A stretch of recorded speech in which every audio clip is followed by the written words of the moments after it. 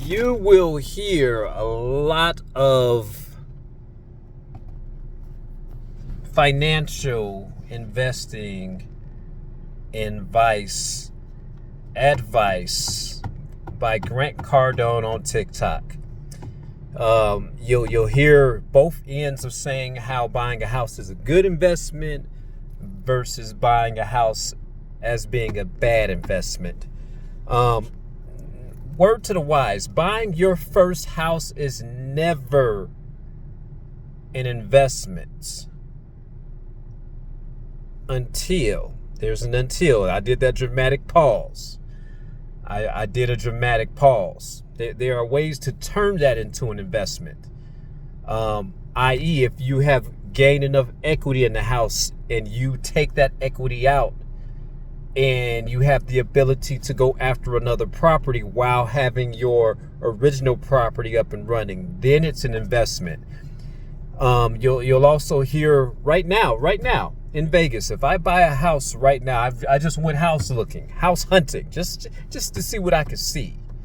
And they're not even building houses with backyards in them anymore. So the same house I bought back in 2007 with my first wife, that house now is probably around 350,000. They're building similar models of that house, smaller, no backyards, no amenities.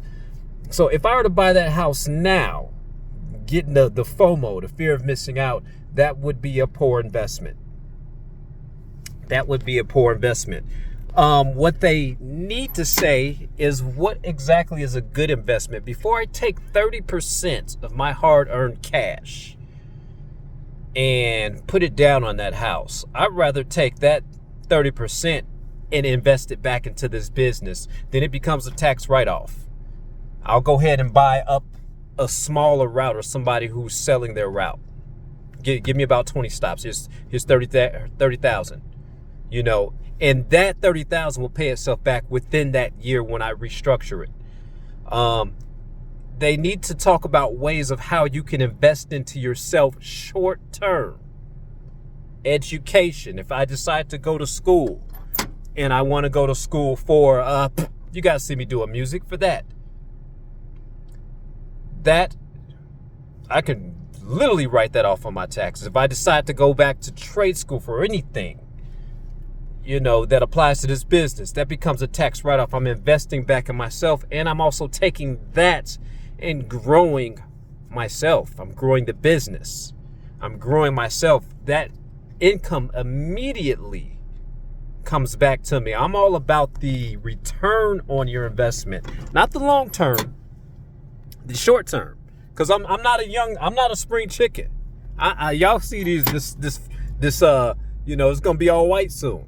So I'm trying to, and I don't have kids. So I'm like, well, how soon can I get paid back? And then after I get the big payback, any dollar over that, is my, my investment. That's my investment coming back, my return. So they need to say, what ways can you invest? I'm not saying that buying a house is a poor investment. It is not. It is a great investment. It depends on how you use it, what market that you're buying in, interest rates, all that comes into place. Just don't run out and buy a house. and they keep forgetting the most important thing about investing. You've got to be able to have money to invest. You've got to have money. You've got to have earning potential, guaranteed. I wouldn't invest in something that I need to take out of or draw from right away. I wouldn't do that. That means that I should not be investing. I shouldn't be investing. I need to save up. And sometimes here's the thing about this. When you invest, go big or go home. That's what I'm saying. Sometimes, okay, well, I'm gonna just keep throwing $1 here, $2 there. You need to throw in something substantial that is going to move the needle. immediately. You see what I'm saying?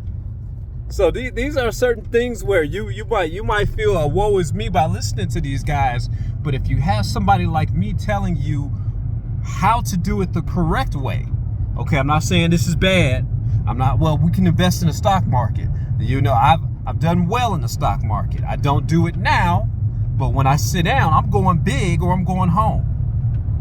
I'm going big or I'm going home. That means that I have access to money that I'm willing to invest with, that I don't need. Here's an example. I have one of my vehicles. I got vehicles that's paid off. One of them I'm paying $2,000 a month for. $2,000.